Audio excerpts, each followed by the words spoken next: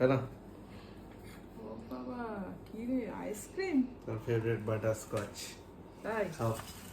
ইয়াসা বাকর আমি হ্যাঁ বের করো বের করো। না, তুই বগরাটা ভালো করতে পারিস ও, কম বেশি তুই তো কাউকে একটু বেশি তো দিবি না, তুই তো কাউকে দেখ একটু কিরকম বেশি বলতে দিবি না।